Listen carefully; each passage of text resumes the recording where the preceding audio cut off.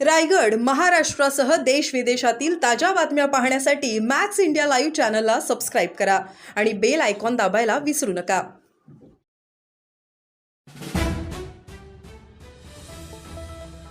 सुभाष मोरे यांचा आत्मदहनाचा प्रयत्न, पोलीस यांच्या सतर्कतेमुळे अनर्थ टळला। मटका जुगार अवैध धंदे बंद करण्याची केली मागणी। रायगड जिल्ह्यातील महाड तालुक्यामध्ये मटका जुगार भिंगरूट अशा प्रकारचे अवैध व्यवसाय बंद करावेत अशी मागणी सातत्याने करून दिली।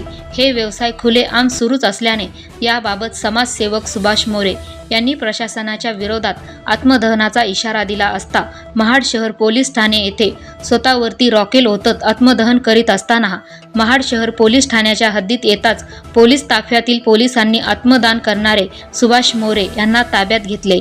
महत्त्वाचे म्हणजे महाड शहर पोलीस स्टेशनमधील इतिहासातील पहिलीच आत्मदहन करण्याची घटना आहे, असे महाडकर बोलत आहेत। समाजसेवक सुभाष मोरे सुशिक्षित असून सुभाष मोरे यांच्या मागणीनुसार पुढील कारवाईचे आश्वासन महाड शहर पोलीस ठाण्याचे अधिकारी संतोष जाधव यांनी दिली।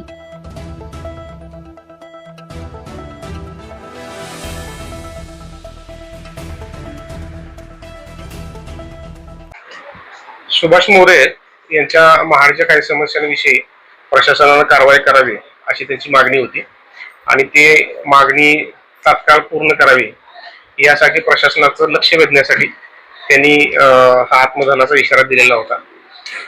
सुभाष मोरे यांच्यासोबत त्यानंतर मी सविस्तर त्याविषयी चर्चा केलेली आहे। या त्यांच्या काही मागण्या होत्या, त्या मागण्याच्या अनुषंगाने प्रशासनानं विशेषतः पोलीस प्रशासनानं वेळोवेळी कारवाई केलेली यापूर्वी आणि आता जसं सुभाष मोरेंनी इशारा दिलेला आहे तर त्या अनुषंगानं ही कारवाईची तीव्रता अधिक वाढवली जाईल आणि ज्या समस्या त्या प्रशासनाच्या निदर्शनास आणून देत आहेत त्या समस्या तात्काळ सोडवण्यासाठी पोलीस प्रशासन आणि नगरपालिका प्रशासन मिळून संयुक्तपणे कारवाई केली जाईल यावर आणि महाड शहरातल्या समस्या लवकरात लवकर दूर होतील यासाठी प्रशासन प्रयत्नशील आहे।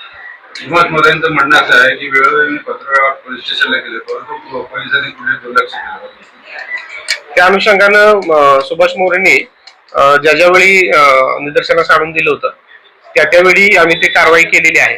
एखादी वेळी असेल ज्यावेळी आम्ही कुठं मोठ्या एखाद्या मिशन मध्ये किंवा याच्यात अडकलो असेल, बिझी असेल त्यावेळी राहून गेलं असू शकतं, परंतु प्रशासनाच्या निदर्शनास आल्यानंतर पोलीस प्रशासनानं वेळोवेळी याच्यावर कारवाई केलेल्या आहेत आणि इथून पुढे सुद्धा अशाच कारवाई सुरू राहतील आणि या घटनेनंतर अधिक तीव्रपणे कारवाई केल्या जाते।